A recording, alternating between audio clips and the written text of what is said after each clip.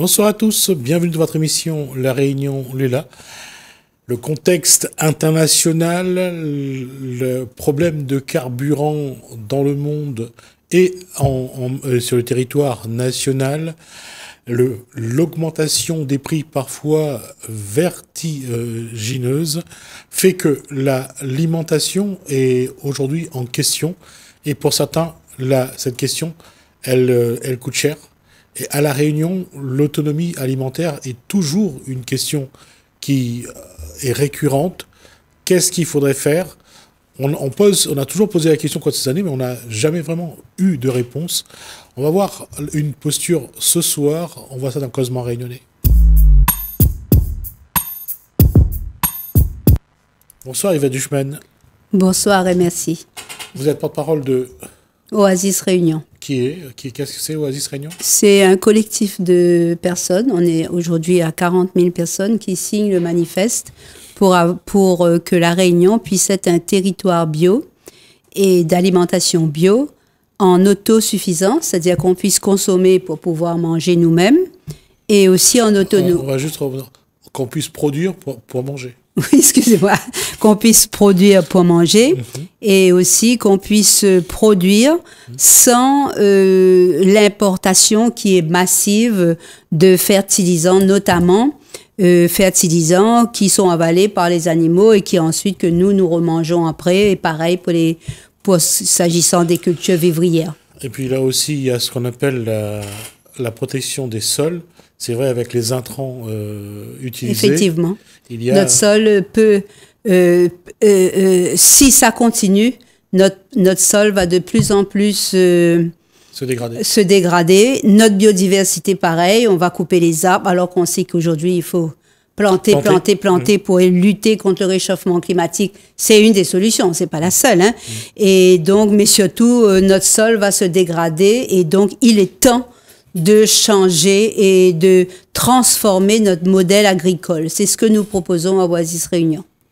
Et Oasis Réunion, à La Réunion, quelles sont les actions menées jusqu'à maintenant? Nous menons surtout des actions d'information, de sensibilisation. Nous avons une page Facebook oasis.réunion.bio sur laquelle les gens peuvent nous contacter. Et nous intervenons auprès des institutions pour que nous ne sommes pas nous-mêmes agriculteurs sur notre terrain. Hein. Moi, je le suis chez moi, mon petit terrain, mais après, c'est bon. Et bio, en plus. Mais nous intervenons auprès des institutions et notamment, là, la dernière fois, nous sommes intervenus auprès du préfet pour lui proposer que la Réunion soit le premier territoire bio national. Et donc, nous avons eu des premiers contacts avec le directeur de la DAF. Nous allons continuer. Donc, nous sommes en lien aussi avec beaucoup d'agriculteurs bio. Ben, c'est normal. Hein? Il faut qu'on sache comment fonctionne le terrain bio ou pas bio, parce que chaque agriculteur est bon à rencontrer et valable, je dirais, hein? Parce que il nous nourrit. Donc, on s'inquiète et on prend contact avec tous ceux qui veulent nous recevoir pour avoir leurs impressions, pour avoir leurs difficultés et pour construire nos leviers pour arriver à une autonomie alimentaire.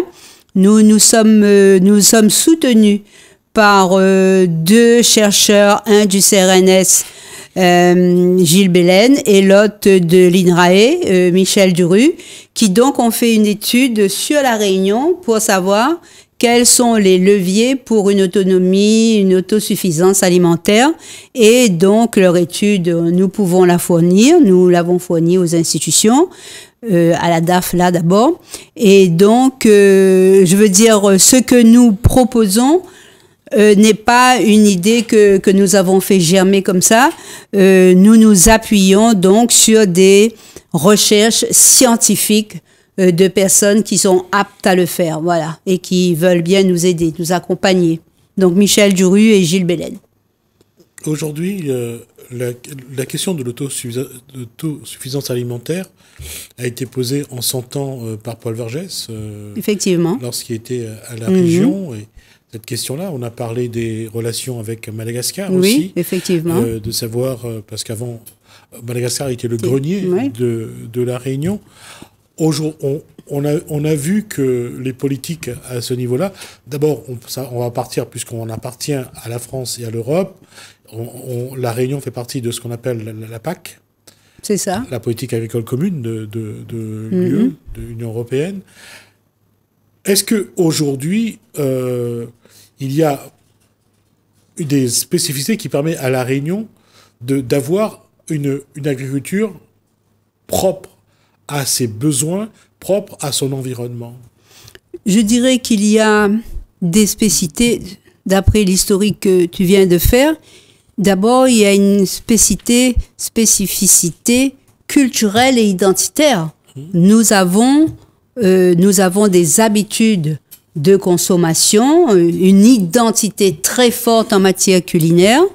Donc, tu parlais de la PAC et de l'Europe.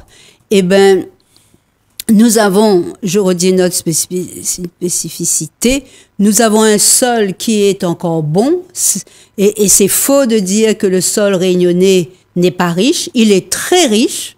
Il est très riche et il faut le nourrir en fertilisant non chimique, je dirais. Donc, et nous avons aussi cette spécificité que nous sommes dans l'océan Indien, donc nous pouvons créer un réseau avec les îles voisines et travailler avec elles.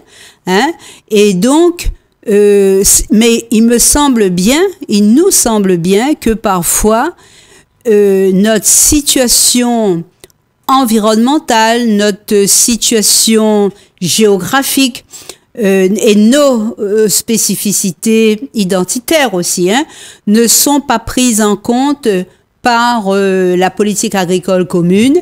Notre volonté d'être un territoire bio, il faudra que les députés européens s'en saisissent et défendent ce projet, puisque nous en avons deux, et que les spécificités, c'est que tous les élus, 40 élus, sénateurs, députés, maires, intercommunautés, régions, départements, ont signé le consensus alimentaire.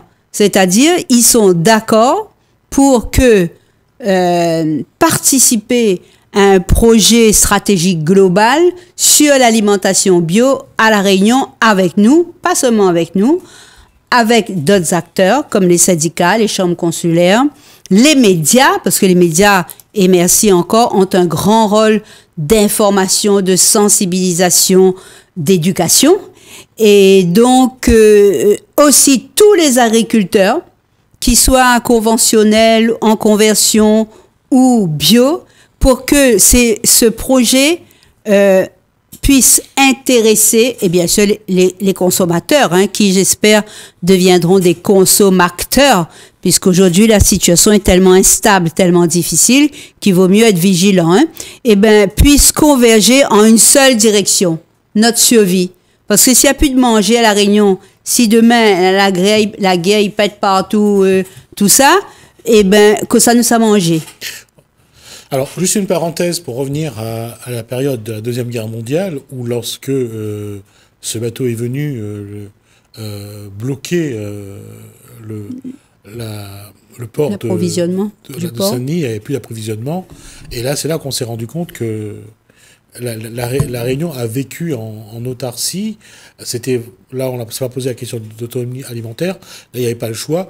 Il fallait trouver à manger. Et c'est là qu'il a fallu planter. C'est ça. Est-ce qu'il nous faut un choc? Est-ce qu'il nous faut un chaos? Mais bon, disons la situation aujourd'hui, c'est que notre population a triplé, quadruplé même peut-être, et que nous sommes 860 000, et que là, il faut vraiment réfléchir à des méthodes alternatives qui produisent bio toujours. Il faut arrêter stop direct, arrêter le plus vite possible avec le glyphosate. Je sais que les exploitants agricoles ont des besoins, mais ceux-ci doivent être finement accompagnés et accompagnés aussi financièrement. Donc là, notre population a augmenté et il nous faut, et on a des techniques innovantes pour produire plus, mais en bonne qualité, en sécurité pour pour les consommateurs et en qualité. Il y a une question quand même qu'il faut se poser sur les 40, de la fin des années 70 au début des années 80 on va dire à maintenant. Il y a une chose qui s'est passée. Le Réunionnais n'a plus la même culture du travail agricole. Ne veut plus ne veut plus aller dans les champs. Comment faire mettre en place des stratégies de production agricole si la main-d'œuvre ne suit pas?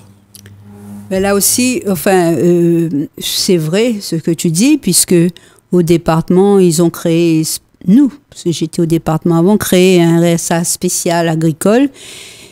Et les agriculteurs qu'on rencontre nous disent qu'ils ont des difficultés à trouver du personnel.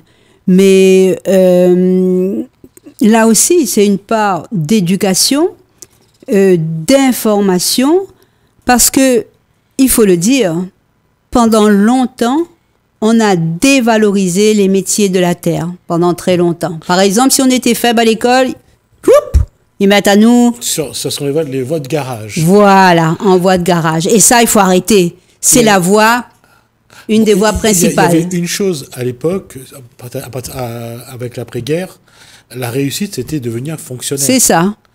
De travailler dans les bureaux. Oui. Et celui qui ne faisait pas d'études, n'arrivait pas au moins au bac, n'était un bon à rien. Oui. C'est lui qui allait devenir charcutier, charpentier, agriculteur, maçon. Et ces métiers-là n'ont jamais été valorisés. Alors qu'aujourd'hui, quand on cherche un maçon, quand on regarde son salaire, et parfois il est mieux payé que le fonctionnaire. Oui. Les dénigrés ont pris le dessus. Oui. ont pris le dessus. Et c'est tant mieux, il n'y avait pas à dénigrer personne. Nous sommes une île, il faut que nous mangions, donc automatiquement, il faut valoriser les métiers de la terre, il faut valoriser tous ceux qui produisent de l'alimentation, même aussi ceux qui transforment, par exemple. Il faut les accompagner très finement et il faut surtout les financer. Parce que, mettons, un agriculteur, une agricultrice qui sort du conventionnel pour passer en bio, ce n'est pas évident pour lui. Hein? Donc, il faut vraiment l'accompagner et j'insiste sur les finances. Il y en a. Non seulement il y a les finances, mais il y a aussi des structures qui accompagnent, oui. Je veux dire, quand on regarde au niveau de l'agriculture, il y a suffisamment, comme la Chambre d'agriculture par exemple, il y a des structures pour accompagner. Oui, bien sûr. Mais qu'est-ce qui fait que les agriculteurs sur le terrain ne se sentent pas soutenus, ne se sentent pas accompagnés? Il y a la Chambre d'agriculture, il y a le GAB, le groupement d'agriculteurs bio, il y a le département, hein, et donc ils ne se sentent pas... J'ai l'impression, vu le reportage que j'ai vu sur Réunion la première et la dernière fois, c'est pas seulement qu'ils ne se sentent pas accompagnés, mais c'est aussi, ils ont dit que c'est trop lent. Hein? Le suivi administratif est trop lent. Donc, il faut que l'institution révise son fonctionnement. Et puis, tout ce qui est bio est mal subventionné. Là aussi, il faut tout revoir. Pas par ici déjà. Déjà, en Europe, les fonds FEADER, tout ça, il faut absolument qu'ils révisent les dotations en conversion agricole. Et puis, il y a la méthode. Comment un agriculteur qui n'a déjà pas le temps de faire son travail au champ va prendre du temps, va aller prendre une demi-journée pour remplir des documents, oui. Parfois qui ne finissent pas. Interminables. Et parfois, il manque un document, il faut mettre la demi-journée par terre, il faut chercher le document, il faut l'amener. C'est à un moment donné, on peut comprendre que l'agriculteur... Il se décourage. Mieux que ça, ils essayent même pas, même plus de remplir les documents.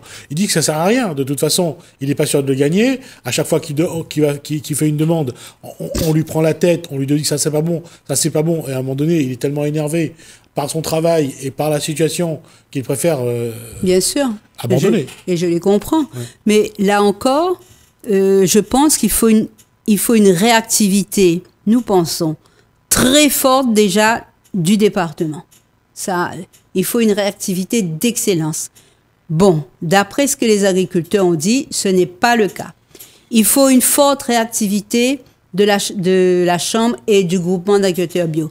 malheureusement, j'ai assisté à une réunion la dernière fois, malheureusement, ils ne sont pas assez nombreux.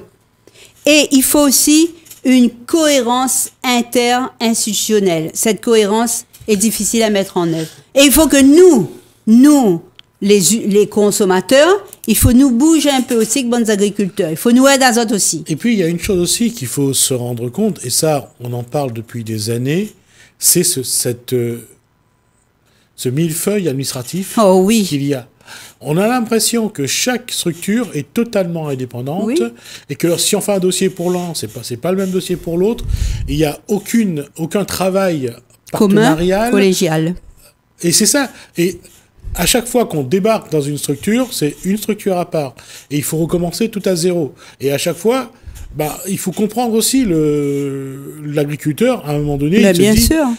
Ces structures-là ne sont pas pour l'aider, elles sont plus pour le détruire. Oui, je le comprends parfaitement. C'est pour ça que je dis qu'il faut une cohérence nous disons qu'il faut une cohérence interinstitutionnelle, il faut qu'ils se voient. Vous savez, il y a des gens qui s'occupent notamment de l'agriculture, qui ne se communiquent que par mail. Il faut aussi se voir, il faut faire des rencontres, des réunions, il faut aller sur le terrain ensemble. Exactement, c'est surtout là où ça pêche le plus, c'est qu'ils ont peu de connaissances du terrain. Oui, parce que manque de temps, manque de personnel, alors que nous sommes, tout le monde, et les institutions le disent, nous sommes dans l'urgence du réchauffement climatique, nous sommes donc, nous devons mettre l'accent, nous sommes une île, donc nous dépendons aussi de l'extérieur, nous tentons de ne pas dépendre, mais nous dépendons hélas, 80 à 90% de l'alimentation vient de l'extérieur.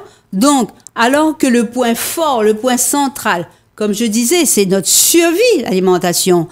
Et l'alimentation, on se rend compte que ces institutions ne sont pas armées pour, même s'ils l'écrivent, c'est très bien écrit, c'est super bien écrit, mais sur le terrain, il y a ce que les agriculteurs disent et ce que tu viens de dire, hélas. Donc, il faut vraiment que les services circulent et aillent voir sur place, circulent, aussi bien l'administratif que les élus, parce que ce sont quand même les élus qui vont voter et impulser, et pour savoir quelles sont les véritables problématiques et agir dans l'urgence. Moi, je crois que c'est vital et nous disons que nous sommes dans une urgence alimentaire. En même temps que le réchauffement climatique, parce que le réchauffement climatique, quelles seront ses répercussions à La Réunion? On le sait déjà un peu, Météo France nous dit, inondations, cyclones, et ailleurs, tornades, nous l'avons vu en Guadeloupe, partout. Nous, on ne va pas être épargnés, nous, Et qu'est-ce qui va se passer sur nos plantations si on ne s'y prend pas à l'avance? Vous voyez? Il y a à mettre en œuvre très rapidement des actions. Mais je me demande si les institutions s'en rendent compte. Parce qu'ils se satisfont de quelques chiffres, mais nous sommes sur le terrain et nous voyons aussi comment ça se passe. Est-ce que, là encore, on revient sur la même question? Est-ce qu'il y a un travail commun? Est-ce qu'il y a un travail en partenariat? Est-ce qu'il y a une volonté de se battre ensemble? C'est ça qui se voit surtout sur le terrain. C'est que chacun vient à son tour avec son dossier et chacun fait dans son coin. Oui, et ce qu'il faut plus faire, il faut se mettre il faut signer notre manifeste d'Oasis Réunion, se mettre en collectif pour que en groupe, en vraiment grand groupe, nous puissions forcer la main même, je dirais, forcer la main aux institutions concernées pour bouger. Tout seul, on connaît l'adage, mais ensemble, on va mieux, on va plus... Tout seul, on va plus vite, et ensemble, on va plus loin. On va plus loin. C'est ça qu'il faut faire aussi, La Réunion. Mais il faut le faire, nous, en tant qu'usagers, en tant que consommateurs, mais il faut aussi que les institutions se mettent dans la tête qu'il faut qu'elles le fassent. Il faut vraiment, là, je l'ai dit, l'instabilité est mondiale. Oui. Nous aussi, du coup, comme nous sommes Français, Européens et même dans le monde, nous sommes instables, hein, et au niveau alimentation, énergie et autre chose encore, hein. Eh ben, il faut qu'on mette les bouchées doubles. Et il faut que les institutions, encore une fois, travaillent ensemble. Nous avons ici une jeunesse qui est percutante, des ingénieurs, des masters 2, 4, 10 parfois, hein, j'en ai vu, hein. Ils sont au chômage. Il n'y a pas un problème là? Alors qu'ils pourraient très bien travailler dans nos chambres, dans nos institutions qui s'occupent de l'agriculture, faire accélérer les dossiers, mais non, on ne les emploie pas. Il y a vraiment un problème ici à La Réunion. Et tous ces jeunes et moins jeunes, hein, doivent être employés pour concourir à arriver à notre but, c'est-à-dire à nous sauver de la faim, parce que si un jour, bateau y arrive pas, que ça nous a fait, nous va batailler entre nous, nous va aller voler la case de notre voisin, parce que nous la point un case pour planter, un petit morceau de la cour pour planter, hein. Donc, il faut absolument qu'on s'y mette. Et donc, l'action des usagers est importante, parce que c'est l'union qui fait la force et elle va obliger les institutions à bouger. L'action des médias, l'action de tout le monde d'ailleurs est importante et notamment nous y sommes à fond pour sensibiliser et dire à tout le monde qu'il faut y aller. Vetchman, on aura l'occasion de reparler de ce sujet dans les semaines à venir, parce que le sujet, malheureusement, est vaste, et parce que les réponses ne sont pas, même lorsqu'il y a des réponses, ces réponses ne sont pas appliquées, donc on aura l'occasion de revenir sur ce point. Donc, juste un petit mot, pour dire qu'Oasis Réunion a sur sa page Facebook, là, on peut signer le manifeste, on peut aller sur la page et participer au nouveau concours qu'on vient de mettre en place. J'invite tout le monde, tous les auditeurs, à participer et surtout, mettre ensemble, il faut nous signer le manifeste là pour nous avancer. Merci Yva Duchman pour cet éclairage. Merci à vous de nous avoir suivis. Merci Alain, merci François. Je vous dis à bientôt.